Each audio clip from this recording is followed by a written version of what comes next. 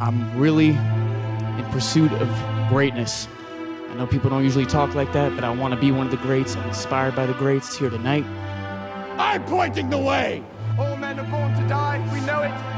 All men are sucked! Who down I want to live with the confidence that if I believe in myself, the money will follow. If your day be today, so be it!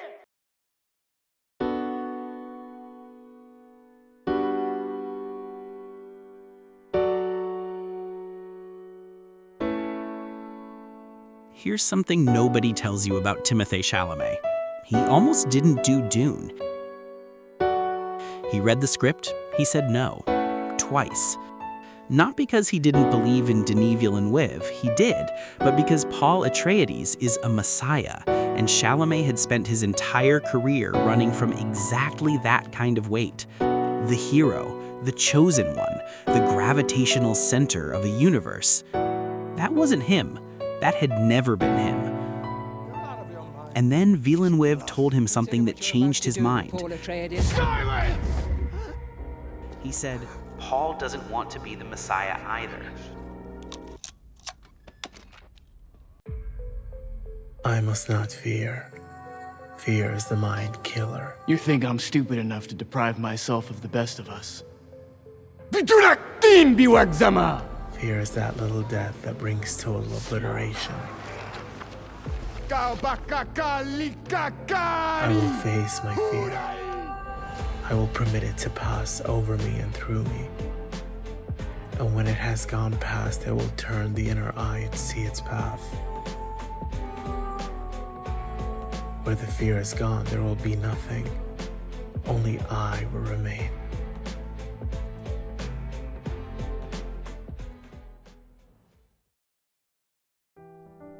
Let's go back further, way further than most people do. Before Call Me By Your Name, before anyone knew his name, before the magazine covers and the Fashion Week front rows. There's a 13-year-old kid growing up in the 10th arrondissement of Paris, spending summers with his French grandfather, a filmmaker, not watching movies, making them, on a handycam, in narrow streets that smell like bread and rain. And here's the thing about that detail. It doesn't just explain where he got his taste, it explains why he's never been intimidated by directors. He grew up understanding that filmmaking is a conversation, not a hierarchy.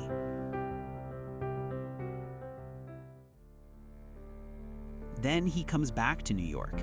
His mother is a Broadway dancer. His father is a journalist. He attends LaGuardia High School, the actual school that Fame was based on. Hold on to me. For as long as you'd like. I'd like it for as long as we're up here. Yeah, and I hope we never come down. He is not the most talented kid in that building, not even close, and he knows it. That's the part that matters. The first twist in Timothée Chalamet's career isn't Call Me By Your Name, it's what happened right before it. He was on a TV show, Homeland, playing a recurring character, a teenager caught in a web of political violence and moral compromise. Nobody talks about it now, but watch those episodes and you'll notice something strange. He doesn't act like a kid who's trying to be seen. He acts like someone who already understands that the most powerful thing an actor can do is make the camera forget it's watching. He was 16. Most actors spend their entire careers chasing that instinct. He arrived with it pre-installed. Then comes the scene everyone eventually talks about. The fireplace, the end of Call Me By Your Name. His character, Elio, alone, staring into flames as the credits approach. Guadagnino holds on his face for what feels like 4, 5, 6 minutes. No music for a long stretch, no dialogue, no rescue. What you might not know is that Guadagnino gave him almost no direction for it. He simply said, "Think about everything that just happened. I won't call cut." What Chalamet did in that silence made him at 21 the youngest Best Actor Oscar nominee in nearly 80 years. But more importantly, it made other actors stop and ask a question they rarely ask about someone their own age. How does he do that? The answer is uncomfortable, because it isn't technique. It's a kind of willingness to be genuinely unprotected in front of a lens, to not manage the moment, to let it be ugly and slow and real in a medium that is professionally allergic to all three. Here's another thing people miss. After that nomination, he could have done anything. The romantic lead pipeline was wide open. Studio doors were unlocking themselves. And he chose to play a smug, emotionally hollow teenage boy in Lady Bird, who exists primarily to disappoint Saoirse Ronan's character. A supporting role in someone else's movie, on purpose. That is not a normal decision for someone sitting on an Oscar nomination. That is a person who is building something according to a plan nobody else can see yet. By the time Wonka came out, the internet had already written the narrative. This is where he sells out. This is the Disneyfication. This is the moment the art house darling trades credibility for a global audience. And then a genuinely strange thing happened. He didn't imitate Gene Wilder. He didn't deconstruct him.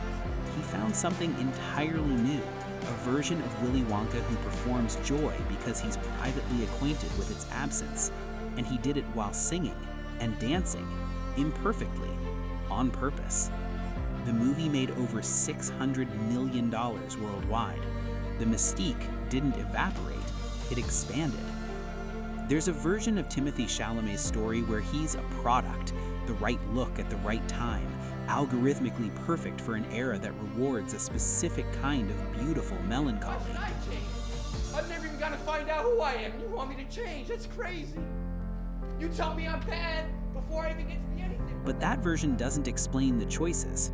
The hollow boy in Lady Bird, the addict who barely looks up from the dinner table in Beautiful Boy, the reluctant killer in the Fremen fighting circle who wins and feels nothing like a winner.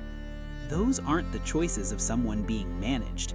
They're the choices of someone with a genuine and slightly stubborn point of view about what movies are for, which is ultimately the most old-fashioned thing about him.